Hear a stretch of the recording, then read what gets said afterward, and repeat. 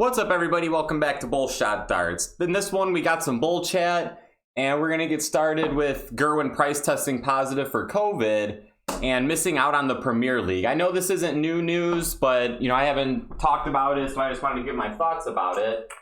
And, it sucks. Gerwen Price is my favorite player in darts, so I was really looking forward to seeing him compete in the Premier League and possibly winning it after winning the World Championship. I think it's exciting, when the World Champion shoots well in the Premier League and wins it. You win the World Championship and then you win the biggest league in the world for darts. So, it really stinks that he's missing out on that opportunity.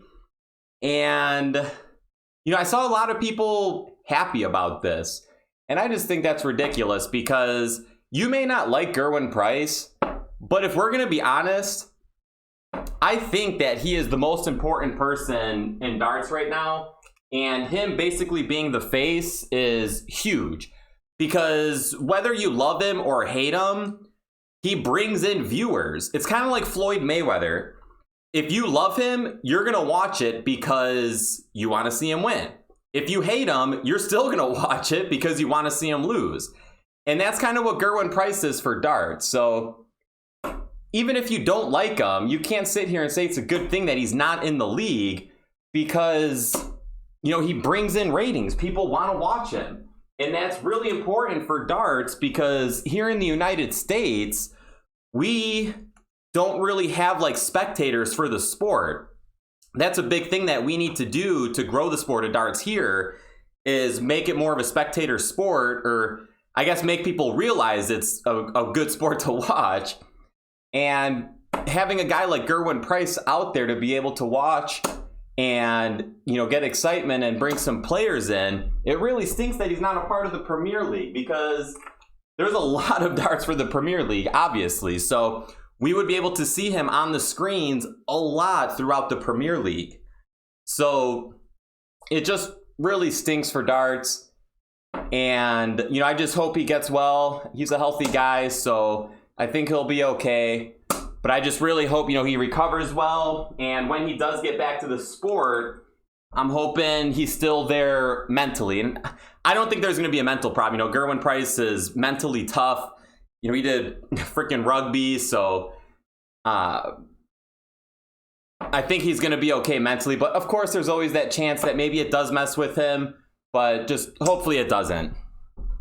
Gerwen Price, I think a lot of people take what they see on stage and just assume that's the kind of guy he is. He's emotional on stage, but I don't know, he's exciting to watch. And I met him one time and he was actually extremely humble the time I met him in Vegas for the US Masters back in 2019, I think it was. Yeah, it was 2019 because it was canceled last year. I was sitting at a Texas Hold'em table and Gerwen Price comes and sits down next to me 2 seats away. And I'm just sitting there oh my gosh, I'm sitting next to Gerwen Price. No one else knows who he is because we're in Vegas. So no one else knows who he is at the poker table. And I'm just holy crap, Gerwen Price is sitting right next to me and we're playing cards. This is awesome. And some younger guys came up. Some people, I think they flew out probably from the UK to watch and of course stay in Vegas for a few days, and they were taking some pictures with him, and that kind of got people wondering who is this guy? So he sat back down at the table and I asked him, I was like, do you get that a lot back at home? Because really, since darts isn't really that popular here, it's not that's not really a thing. People aren't stopping and taking pictures with dart players here. And he's like, yeah, I get that a lot back at home, blah, blah, blah. And other people are like, what? Who are you? Why are you here? He's like, oh, I'm here shooting darts. And the people at the table's reaction was just well, what does that even mean? You're here to shoot darts? Because a lot of people had this perception that darts isn't a professional sport and the only people that play are just a bunch of drunk people at the bar, which, don't get me wrong, yeah, that does happen, but darts does have professional status, So we're just kind of talking, and he was just yeah, I'm okay, blah, blah, blah. And I was just Like, all right, if he's not going to say it, I'll tell it. You're sitting next to one of the best dart players in the world. And then he was just kind of like, whoa. And he kept like asking him questions, and he was just extremely humble. Like, and he was very quiet too. So I think that's who Gerwen Price really is. But when he's in a competitive mode, you know, that different animal comes out. And so I just think people dislike him for the wrong reasons. And, you know, everyone has their opinions about people. So it is what it is. But at the end of the day, like, I think Gerwen Price is awesome. And I love watching him play darts. Very rarely does he do anything like super disrespectful, in my opinion. You know, it's like he'll let out a big roar and people are like, oh my gosh, he's disrespecting the sport.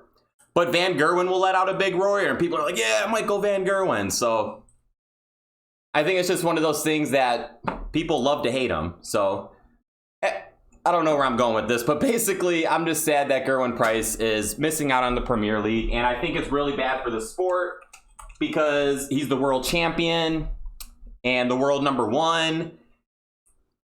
You know, people love him or hate him, so he brings in more fans to the sport. So it just really sucks. So Gerwen Price, I hope everything's going okay. And if you remember that weird guy that you were playing cards with in Las Vegas, that was me. Next, we're going to talk about some Wrestlemania here. Wrestlemania was just the last weekend. I'm not going to get too in-depth about it because, you know, I don't want this video to be too long. So I'm just going to touch on a few things.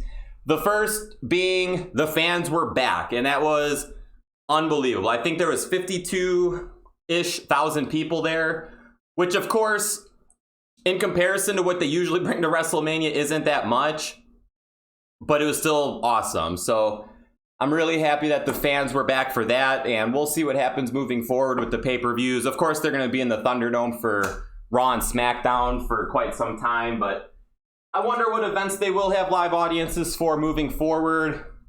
And just the energy, even though, well, I'm going to talk about the rain delay here in a second. You know, we finally have fans again. We're in a big stadium, and the show starts.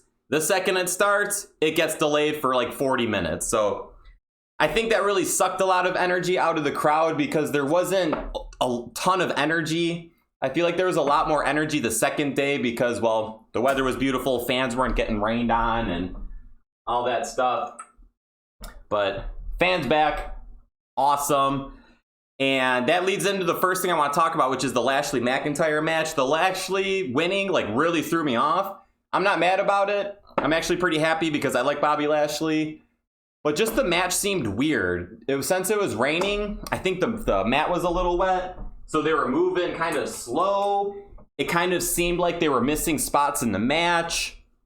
I don't know if this is just me. If you kind of noticed that too, leave a comment down in the comment section. Hey, and also make sure to hit that subscribe button if you're new. And drop this video a thumbs up while you are at it. But I just thought it was kind of weird. And like I said, I think it was because of the rain. And also, you know, you got these wrestlers. They finally have fans. They're probably so excited to get out there and perform for them. And then all of a sudden it's like, hey, you're not going out on the stage yet. You got to wait 40 minutes. Well, actually, you don't know how long you're going to wait, but we're on a rain delay right now. You know, they probably had a big adrenaline dump. But, you know, even when McIntyre first came out, you know, you could see that, you know, he was happy to be out there. But, you know, like I said, when they were in the ring, just something kind of seemed off. And Lashley winning was really unpredictable. I don't think many people were picking Lashley. I didn't pick Lashley, but hey, they're moving forward with Lashley as the champion. I'm down with it. Her business is awesome. So I've talked too much about this match, so I'm going to move on to the next thing, which is Bad Bunny. Bad Bunny, I apologize for all the bad things I said about you being in the WWE, and I think a lot of people share this same, you know, thoughts right now because a lot of people were kind of like, why is this guy in WWE? He's taking a spot from someone, you know, who deserves it, blah, blah, blah. But Bad Bunny went in there and proved everybody wrong. It was hands down the most entertaining match of the night. I'm not saying it's the best wrestling match, but it was the most entertaining of the night. I would say Bad Bunny got MVP for night one of WrestleMania. He started the match and he carried the match. He was in there most of the time. Damian Priest came in at the end a little bit to, help solidify the win. And Bad Bunny was doing some crazy moves, Canadian Destroyer, jumping off the top turnbuckle, standing toe-to-toe with The Miz. And at first, like I said, I was going to be so mad if it was a one-on-one match and Bad Bunny ended up winning. But even if it was still a one-on-one match and Bad Bunny put on that performance and he beat The Miz on a one-on-one, I don't think I would even be mad. So props to Big Bunny. He obviously put in the work. And he was able to live out a childhood dream of performing in WWE. Not only WWE, but WrestleMania. So, Bad Bunny, I apologize on behalf of myself and all the other fans that were talking smack because you went out there and put on a dang good show, giving us the most entertaining match of night one of WrestleMania. Oh, where am I going now? Fiend's dead. I don't know what that was about. They started night 2 with The Fiend and Orton.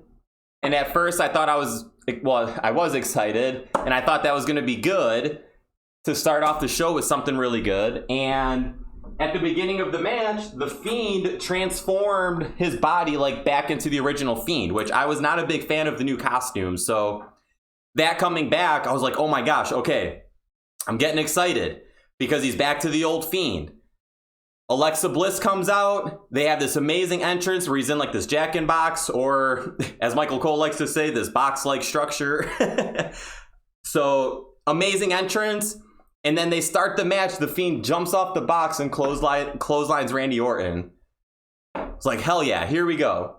Well, needless to say, the match went downhill from there. Apparently, The Fiend can kick out of 10 curb stomps, take a sledgehammer to the head, take all these moves, but one RKO gives him the 1-2-3. And after he gets the 1-2-3, he pops back up and the lights go out and he disappears. The crowd was all boos. So I don't know what they're doing with this.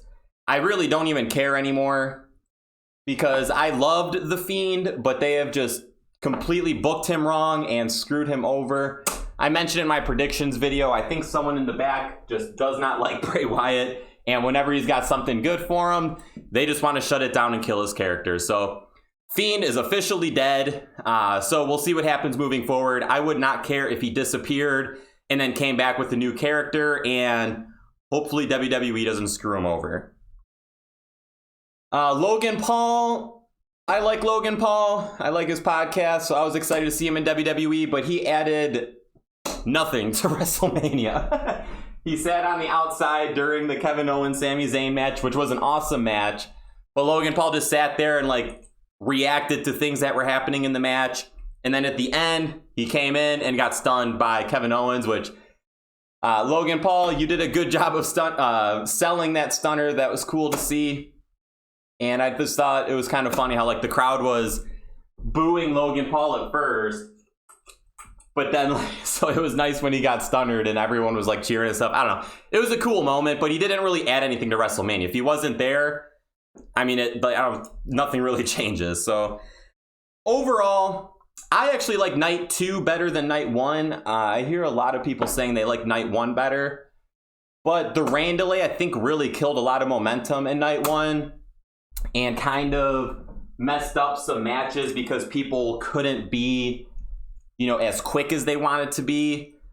So, and I'm trying to think, night 1 didn't really have many, they ended with Bianca Belair winning, which good for her. But she wins, she's holding up the women's title. It should have been a big moment, but it didn't feel like it. I wasn't emotional. A lot of times I'll get emotional when someone new wins the title because it's they've achieved their dream. They'd win the championship at WrestleMania. That is the best thing that could happen to you in WWE. And I know a lot of people like to say, oh, it's fake and scripted, blah, blah, blah. But these people bust their ass off to get to that position to win that title. So, but I didn't feel anything. And same with night 2. None of it felt like WrestleMania. Rhea won the championship. It didn't feel like it was a big deal. Even when Lashley won, it didn't feel like a big deal. It was just, I don't know. There wasn't many stories going into it. Some of the matches were just short and rushed, so it just didn't really feel like WrestleMania. The only part that felt like WrestleMania was the triple threat match, which that match 100% had Wrestlemania written all over it. So that match was awesome. Roman Reigns, I'm excited to see what he's doing next. I wasn't the biggest fan of Roman Reigns when he was face, but ever since he's turned heel, I think he's been awesome. So I'm really looking forward to see what he does moving forward and how long he's going to hold on to this belt. So that's it for WrestleMania. Man, this video is getting kind of long. If you guys are still watching, make sure to drop this video a thumbs up.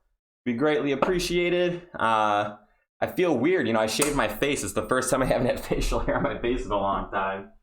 So hopefully you guys even recognize me. And it's weird, like wearing masks now is, I can feel the mask like touching my lips and stuff. If you guys have had beards and then for a long time then shaved it with the mask, maybe you can relate to that, but it feels really funny on my face.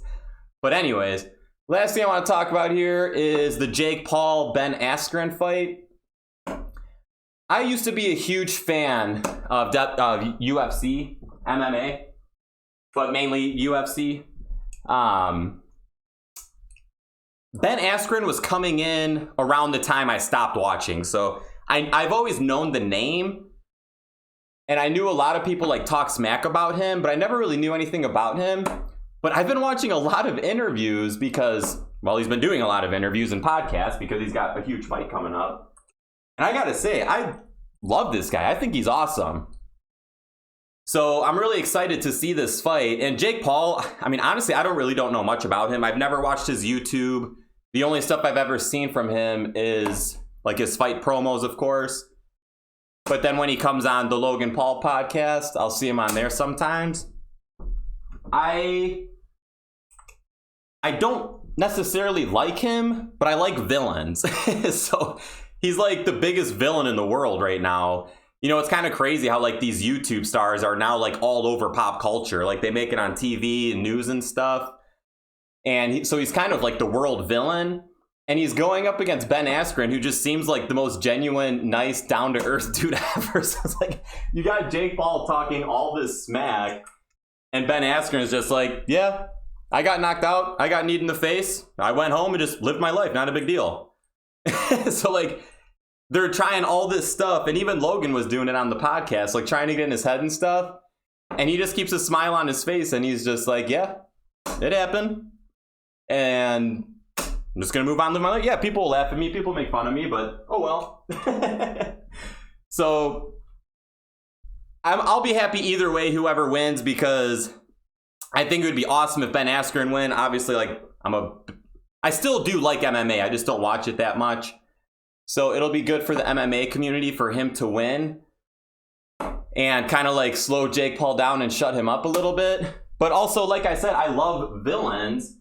So I also want to see him win and continue the villain and see what's next. So I guess at the end of the day, I think I'm rooting for Jake Paul because I want him to keep going because it is extremely entertaining. And it's kind of interesting seeing like how much views and all this stuff, like the traction he's getting. And it's actually good for the sport of boxing. It was funny when Mike Tyson was on Impulsive, they were asking him like, do you think the YouTube in boxing is bad for the sport? And he's like, no, like I think it's great for the sport. Like boxing can't get any lower. Like I bit a guy's ear off. People have put like stuff in the gloves. He's like, boxing can't get any lower. It can only go up. So he was saying that he thinks the YouTubers coming in, everything is going to help that with boxing. And I agree because boxing really hasn't had much going on lately. You know, you get maybe 3 big fights a year. Outside of that, like there's a lot of other fights going on, but people generally just don't really care. I know that diehard boxing fans do, but you know, casual viewers, when Floyd Mayweather fights, it's a big deal in the whole world. And speaking of, yeah, he's going to be fighting Logan Paul whenever that happens. I know they rescheduled, so I'm not too sure when that's happening, but all right, guys. So I'm going to actually give my prediction too. I think Jake Paul's going to win. I don't think he's going to knock out Askren because Askren has probably the best chin ever.